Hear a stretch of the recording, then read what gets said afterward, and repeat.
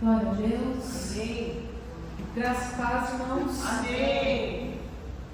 Que bom estar aqui na presença do Senhor junto com os irmãos. Antes de iniciar com que o Senhor colocou no meu coração um texto, quero começar com uma pergunta para cada um aqui.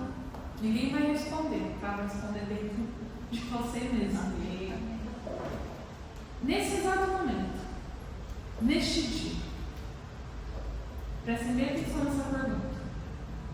Se de repente Deus olhasse e simplesmente com um sopro acabasse tudo, vocês já pararam para pensar nisso? Que o poder de Deus é tão grande, capaz de acabar com tudo no mesmo tempo, na mesma hora, no mesmo momento. A gente já parou para pensar na grandeza de Deus? E mesmo sendo um Deus tão grandioso, tão misericordioso, Ele nos ama e Ele cuida de nós. Amém. E por que eu trouxe essa pergunta? Eu estava meditando esses dias e percebendo o cenário da igreja brasileira.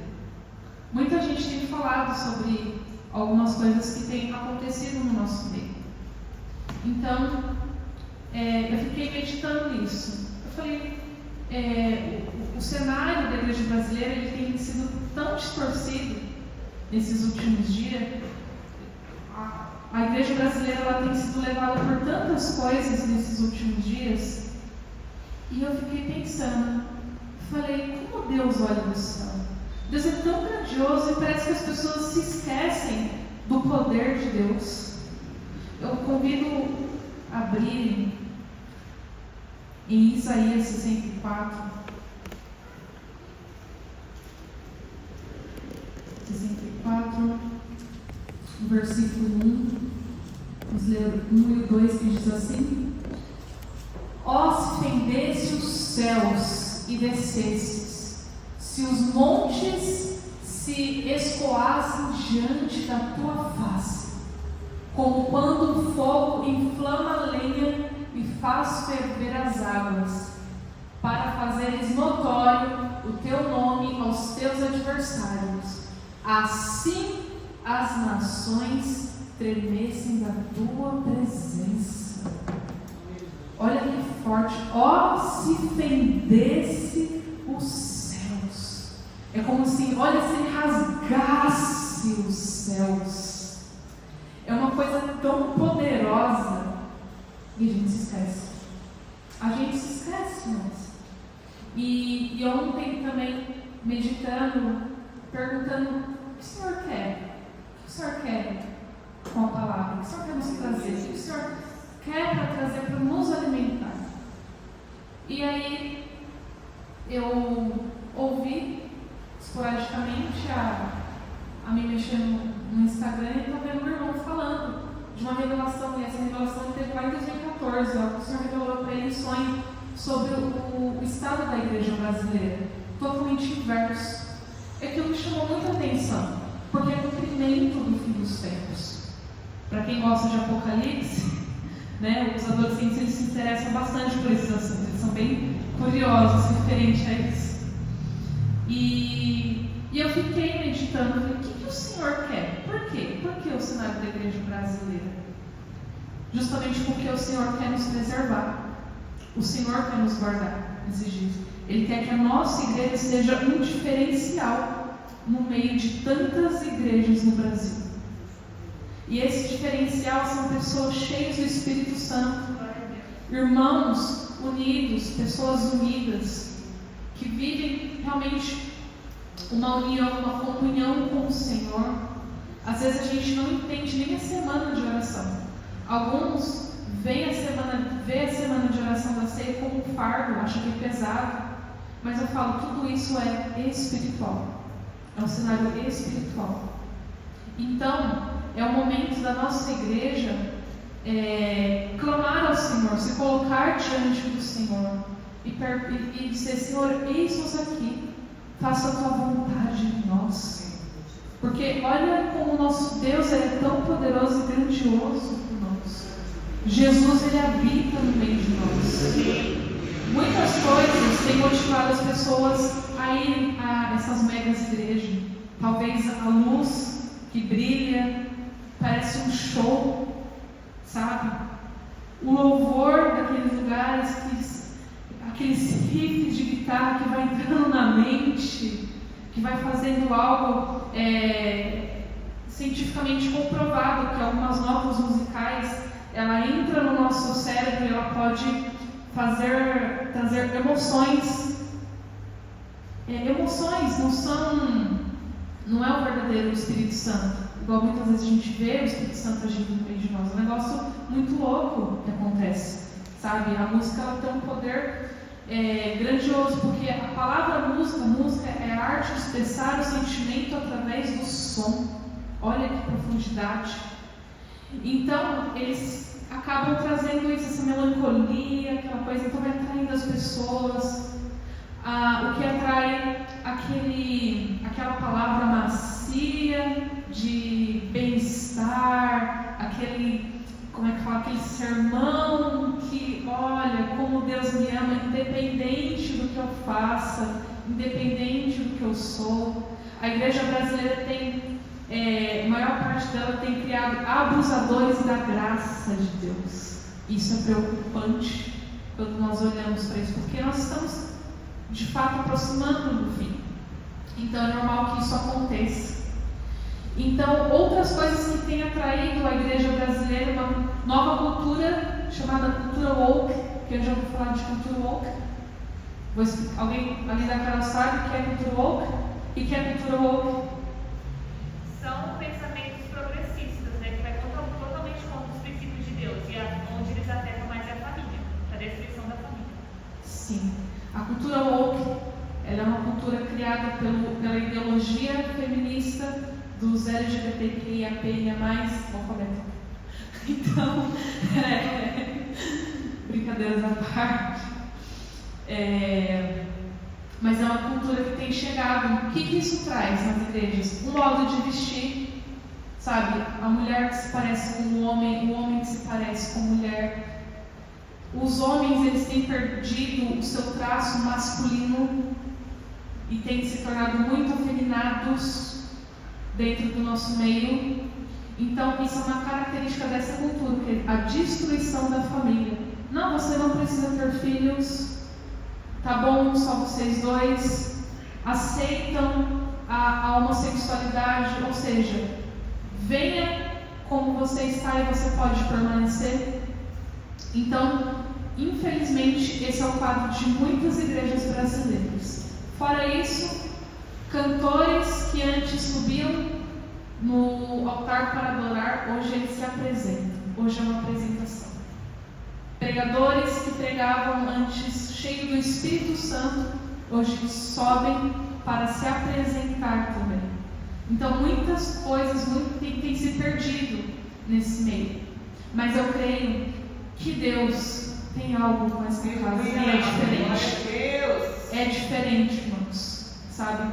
Então, o que tem atraído você a vir nesses dias de oração? O que te motivou? O que te motivou? Meninos, o que motivaram vocês a vir?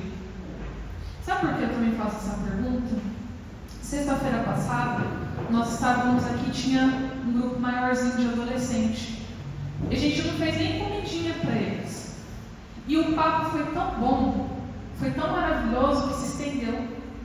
Eu olhando para a inocência deles, e a gente fez uma dinâmica aqui para que eles escrevessem sobre algo referente a batismo, que eles sabiam, o que motivavam eles.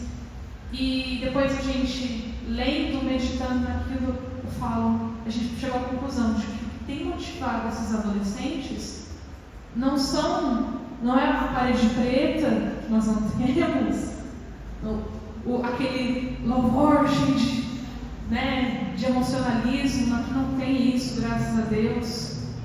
Não tem, enfim, outras coisas que as igrejas trazem. Não tem o mundo aqui nessa igreja.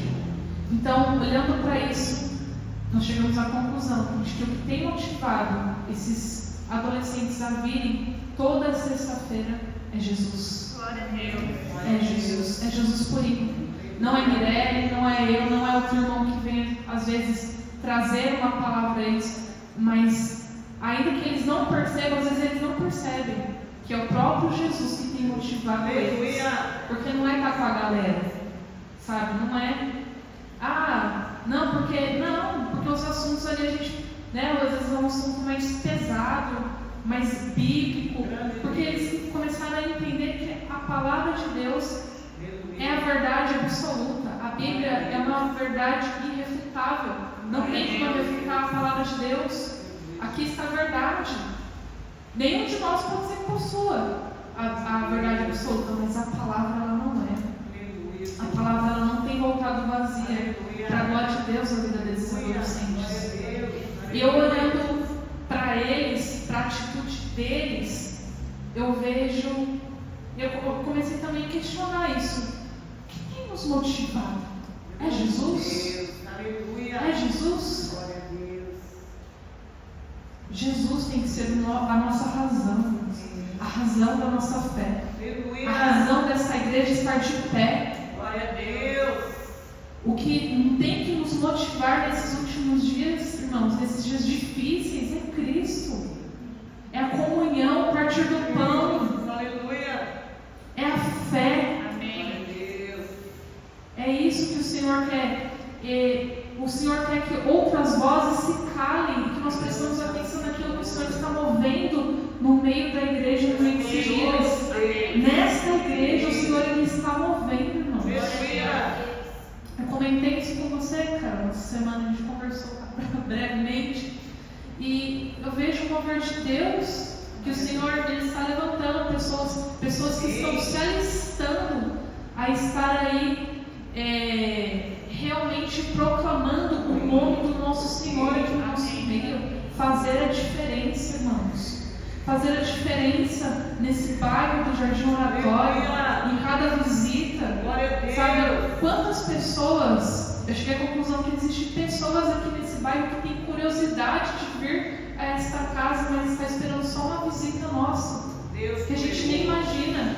Eu percebi esse cenário no domingo.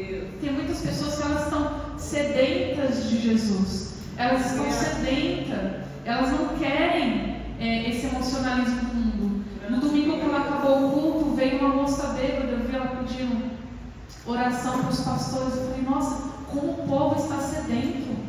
E veio buscar onde? Aqui.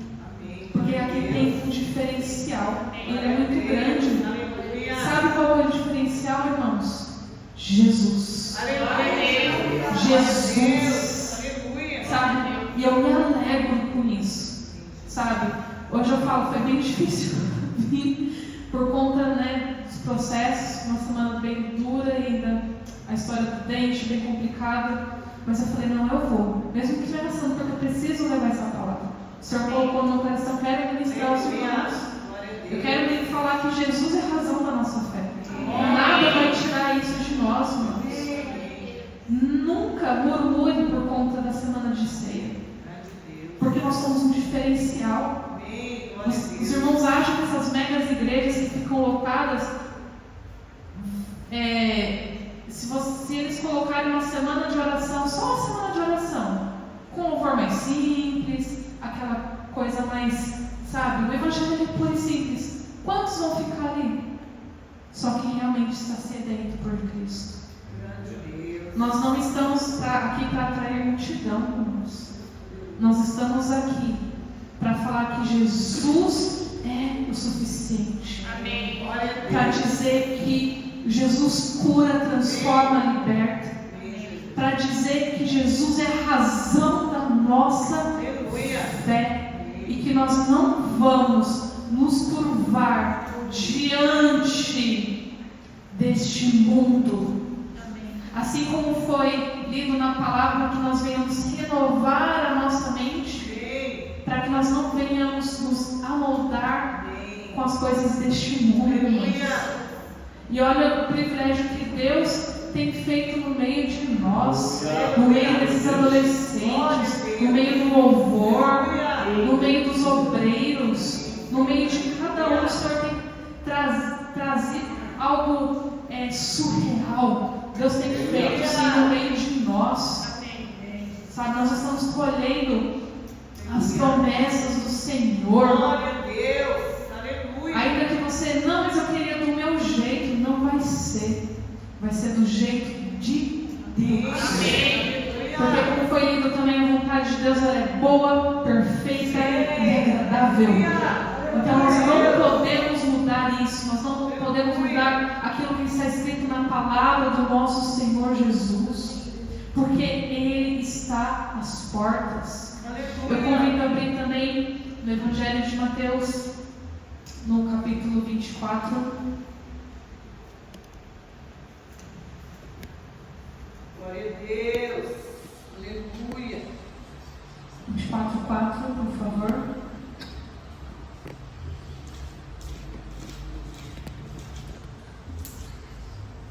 E Jesus, respondendo, disse-lhes: acautelai-vos, que ninguém vos engane. Porque muitos virão em meu nome dizendo: eu sou o Cristo, e enganarão a muitos. E ouvireis de guerras e de rumores de guerras. Olhai, não vos assusteis, porque é mistério que isso tudo aconteça, mas ainda não é o fim.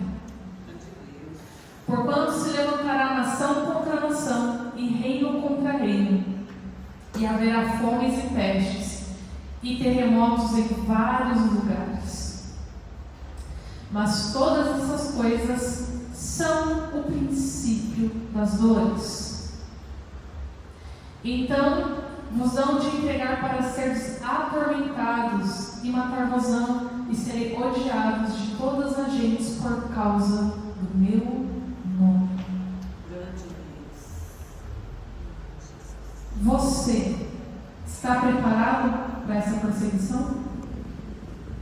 Nós sabemos que Jesus está voltando. Eu não quero entrar aqui em escatologia. Você acredita ou não que vai passar pela grande tribulação na igreja? Nós estamos para discutir isso, ok? Mas a minha pergunta é: nós vamos ter, essa perseguição vai chegar. Você está preparado para sofrer pela causa de Cristo? Porque quando a gente olha para o cenário da igreja brasileira, é tudo cumprimento do que Jesus nos falou.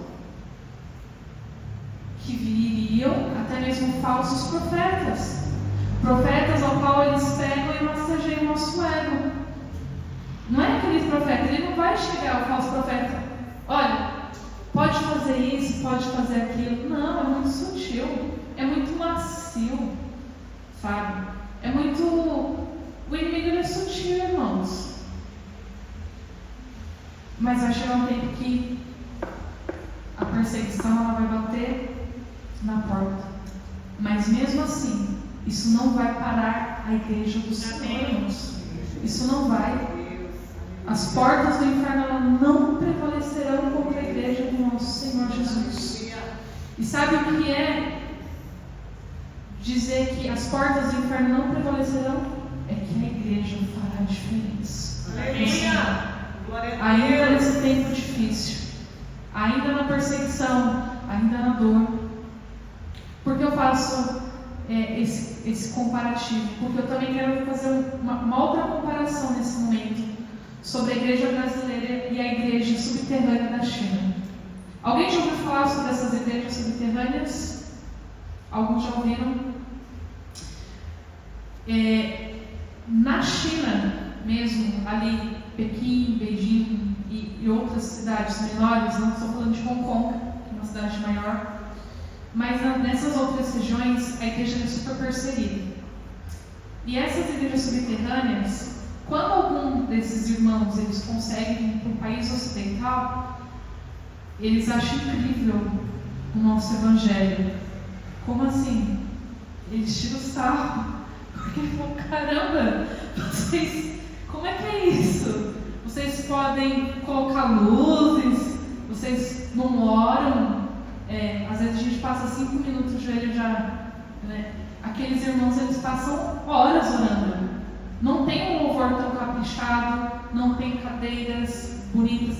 Tem igrejas no Brasil que elas pagam milhões por cadeiras, por telões, por tantas coisas magníficas, mas tudo isso para agradar ao homem. É para agradar o homem. Então eles olham para isso e eles falam: que perca de tempo. Quando esses irmãos se reúnem, essa igreja subterrânea se reúne, eles falam que é a maior alegria para eles. Quando eles passam horas orando, às vezes 5 horas seguidas orando. Quando eu estive na Coreia do Sul, ainda há requisitos de avivamento, porque ele teve um grande avivamento no final dos anos 80, 90. Foi um país que ele foi devastado pela guerra das Coreias, mas o que levantou aquela nação foi a oração. Quando eles decidiram acordar às 5 da manhã e fazer orações para que o país se reerguesse. Hoje o país é uma das maiores potências e anticorrupção que existe no mundo. Por causa do quê? Oração. Oração. E quando estivemos lá, em uma das igrejas, ainda não tinha os requisitos desse avivamento, eles foram fazer uma vigília. E aquela vigília, eu não entendi o idioma, não falo coreano. Vou ser bem sincera. É um beabá ali só. Mas, mesmo não entendendo o idioma, a glória de Deus naquela casa era tão grande, que era quase palpável, de tão sobrenatural aquela vigília. Porque ainda existem pessoas sedentas pelo evangelho puro e simples. Puro e simples. Eles pararam os instrumentais, e são mega igrejas, tá? As igrejas elas são enormes. É maior que o templo de Salomão, para quem já foi, é maior. Só que eles param tudo, eles param o som, eles desligam tudo. Agora esse momento onde nós vamos clamar ao Senhor, e começa uma coisa sobrenatural naquele lugar, que se estende até começa meia-noite, às vezes para 5, 6 da manhã, só na oração. Quando a gente volta aqui para o Ocidente, a gente para pensar: que crentes pequenos nós somos. Mesmo assim, Deus nos ama. E Ele quer fazer diferença no nosso meio. Mesmo assim. A geração ela muda, ela passa, mas a palavra de Deus não. Aleluia! Que o Senhor venha despertar em cada oração, que nós venhamos pensar: Senhor, eu não quero morrer, mas eu quero viver e contar as tuas obras, assim como o salmista falou. Que nós venhamos ser uma igreja cheia do Espírito Santo, que não seja igual às igrejas que têm tomado forma no Brasil, no Canadá, nos Estados Unidos, mas que nós venhamos ser uma igreja louca por Deus, louca por Cristo, uma noiva sem manchas, para que quando Cristo voltar e nós estivermos diante dele, que ele venha nos conhecer, falar: este eu conheço, esta eu conheço. Olha, eu te vi, você é meu. Tive fome e me alimentaste, tive sede, me deste beber. Tive preso, você foi me visitar. Tive frio, você me deste pouco. Esta igreja, em nome de Jesus, eu creio que fará diferença nesses últimos dias. Que as pessoas se aproximarão dessa casa, não por causa do louvor, não por causa da palavra, não porque somos irmãos amáveis, mas pela presença de Jesus Cristo.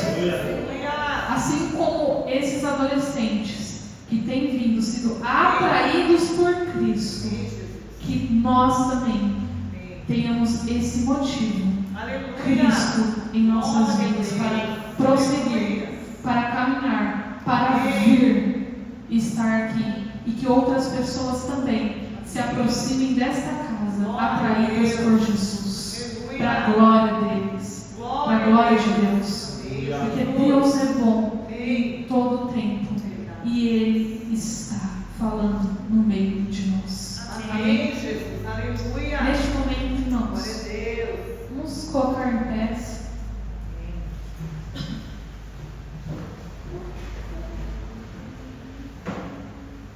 Te adoramos, Senhor. Vamos levantar um clamor nesse momento. Amém. E esse clamor vai ser pela igreja brasileira. Para que Deus abra os olhos espirituais. Amém. Para que Deus venha limpar os altares, tirar a adultério, a promiscuidade do nosso meio. Para tirar as idolatrias dos corações das igrejas brasileiras. Para tirar tudo aquilo que não apraz o Senhor nesses dias. Para que o Senhor venha levantar igrejas remanescentes.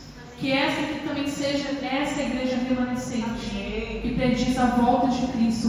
Que proclama Cristo. Que proclama a verdade de Cristo. Amém, Jesus. Amém? Amém. Eu quero convidar a pastora Nadir para estar fazendo essa oração, esse clamor, irmã Nadir. Amém. Glória a Deus.